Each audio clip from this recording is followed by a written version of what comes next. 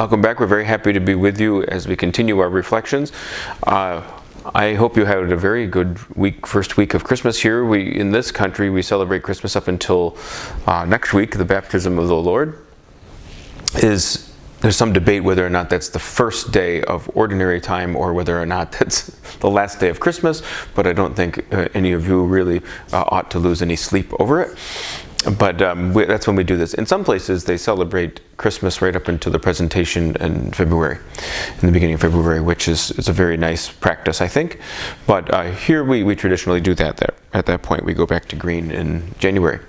So we're very happy to continue our reflection for the great feast of Epiphany. And Teresa is going to read, is it Luke? Matthew, okay. I knew it was one of the four. That's good. 25%. Okay, yeah. A reading from the Holy Gospel according to Matthew. When Jesus was born in Bethlehem of Judea in the days of King Herod, behold, Magi from the east arrived in Jerusalem, saying, "Where is the newborn King of the Jews? We saw his star at its rising and have come to do him homage." When King Herod heard this, he was greatly troubled, and all Jerusalem with him. Assembling all the chief priests and the scribes of the people, he inquired of them where the Christ was to be born.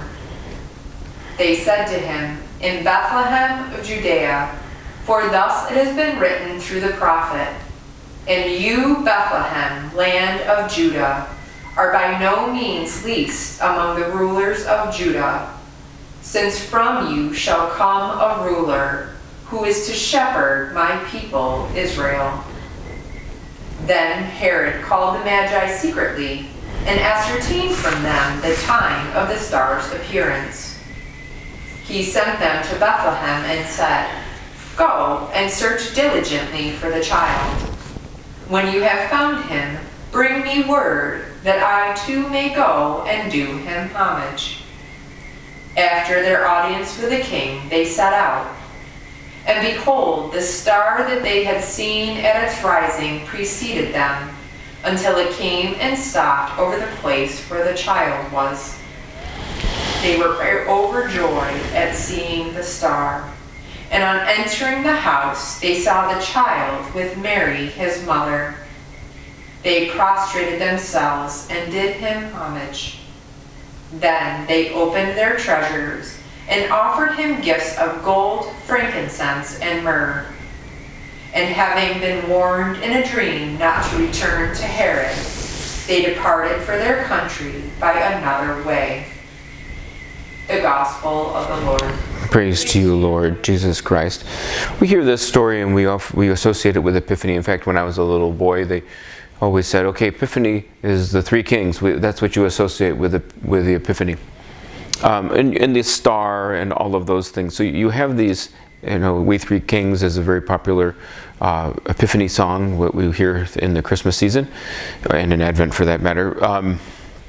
But we often get focused on the symbolism of maybe the wrong things in some sense. We say, okay, well, they followed a star, and to us that's very strange, but to peoples up until very recently, astrology and things like that were the main ways in which they guided us a lot. In fact, astronomy was a lesser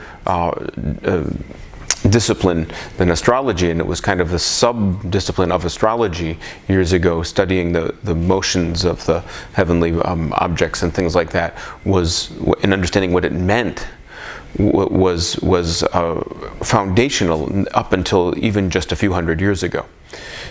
So when being guided by a star is not anything that's really unusual. Being guided by some celestial happening, it seems pretty reasonable when you take the history of the world and how we deal with the heavens and what we think about that.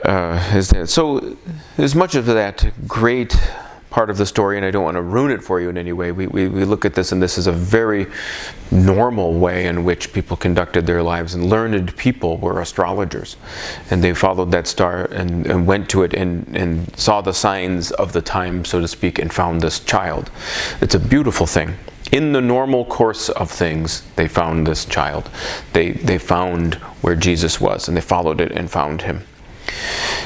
The earlier name of this feast in the church is Theophany, and it's an ancient baptismal feast in many parts of the world. And it's one of my theories and thinking, and I'm not alone in this, but it's just I ascribe to this is that in Advent you used to have a longer period of time that led up to Epiphany that ended up being very close to the same length of Lent.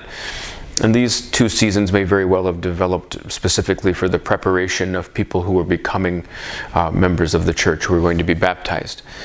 Penitential period might have come along later, but we've associated those things together with Advent and with Lent now too. But if you have that, then you have a feast leading up to Epiphany, you have a period of time leading up to Epiphany, you have a period of time leading up to Easter, and these feasts were seen as central and very important baptismal feasts in the ancient church, along with Pentecost and later the 25th of December. And remember, the 25th of December is celebrated as Christmas Day as a rather late development in the church tradition. So we still have Christians in this world who don't recognize the 25th as Christmas Day or don't celebrate it in the same fullness that they do January 6th, which is the Epiphany. And it's always been associated with this God becoming human. The word theophany means the manifestation of God on this earth, a visible manifestation. And you think of Moses in the burning bush and all of those kinds of things, that the greatest of all of the theophanies was the theophany, which is when he was born and became human, when he was born in Jesus Christ. And that is a great theophany, that he is manifest in the world. The Epiphany tradition differs only very slightly, and it's quite wonderful, but it is a little bit different. And that is that we celebrate the acknowledgement of the earthly powers, that these magi bring with them some authority to say, we recognize and bring gifts to this child. And that is really the Epiphany. Something changed, and we think of the word epiphany in that sense is it's that moment of epiphany is when a person has an epiphany, when something becomes that was cloudy and murky becomes clear. They had an epiphany. They did something. They may even turn around if you associate it also with that kind of idea of metanoia. The kings, and I love the symbolism of this, they meet the child Jesus, and then when they go home, they don't go the same way. They go another way. They change direction. The symbolism there, that's a symbol we ought to really, really pay very close attention to. Joseph does the same thing to protect Jesus. He has a dream and he changes his plans. He goes a different way. He moves his family to a different place to protect Jesus. So those are kinds of things are the things that I focus on as Epiphany. The other thing that's interesting about these gifts is the gifts aren't only given because we want to give Jesus something to honor him. In frankincense and myrrh, it's kind of okay, that's a little weird. We don't even know. We kind of know what frankincense is because the essential oil is becoming popular again. And it's a fragrance that we use, but it's an incense. It's burnt, but and now we make jokes. It's like, well, if anyone brought me that, I'd take the gold, or something like that. We say things like that all the time. You can keep the myrrh and the frankincense. Now, all of these things, first of all, they're all valuable in Jesus's time. Oil is very valuable, especially scented oils and things like that. They're reserved for very, very specific purposes, and there's a kingly understanding, but myrrh in particular, if I'm not mistaken, was used for people who were embalming, who are dying, who have died. So myrrh is a gift you give to somebody who's going to die. Incense is a gift you give to a priest, and gold is something you give to a king. I say this every year, but I think it's worth mentioning these things because the gifts themselves say something about who they know the child is and who they want us, by virtue of the story, to understand the child to be. And it's not a matter of, they acknowledge that he is priest, king, and sacrifice. It's that we acknowledge him in the same manner. That these kings acknowledge him, we also acknowledge him. The object and the idea of a king, up until very recently, was slightly different too. And in some of the cultures in the world, when they said, oh, that country became Christian or became Catholic, that it's kind of a weird thing. Okay, they went around and baptized everybody. No, when a country became Catholic, they baptized the king and the queen, maybe. They baptized the leaders of the country, and by virtue of that baptism, everybody else in the country was baptized. Very different world than we live in today, where we're given a lot more choice about the matter. But in the old days, in that days, when a king offered a gift, he offers it on behalf of the people. You yourself are participating in it too. So are you participating with these three magi who offer these earthly authorities who offer these gifts? Do we, in that same kind of different sense, older sense of king being the same as the people, do we recognize, do we offer those gifts too, saying, I recognize you, Lord, in my offering of whatever I'm offering, as king, as priest, as victim in the sacrifice? So it's an astonishing thing that is presented in this story when you think about it that way. It is none of these stories, nothing in Scripture is just a story. In fact, I don't like that phrase for any story. It's just a story, because you learn great things from storytelling, from poetry, from the arts. You learn great things, even melodrama and things like that. You learn how to think effectively. And it's when we start dismissing something as just a story, just a song, just a work of art, that we stop acknowledging that I have something to learn from it. That is very dangerous and very hurtful. And I think if you think about that long enough, you'll come to a conclusion that that's part of our challenge in our culture, is that we think that storytelling and all that stuff is extra. And it's not, it's essential. That what we do in ritual, what we do when we tell stories, especially our personal stories, we do to communicate something about our life that's very important. And maybe the best thing you can say in response to a story sometimes is, I don't understand it.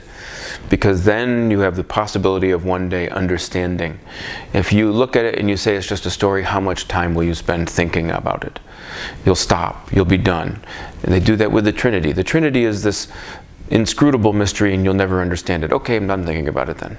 No, the Trinity is a mystery, and every day you should deepen your understanding of it, because you'll never exhaust it. You'll never be done. You will never be done with any of the parables, of any of the gospel accounts, with anything.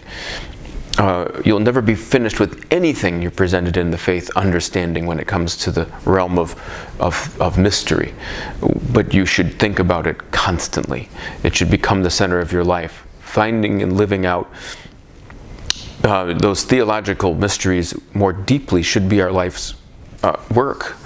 Contemplation is the greatest thing we can do. All right, that's my way of saying, pay attention to these stories, pay attention to the symbols. Don't get hung up on the ones that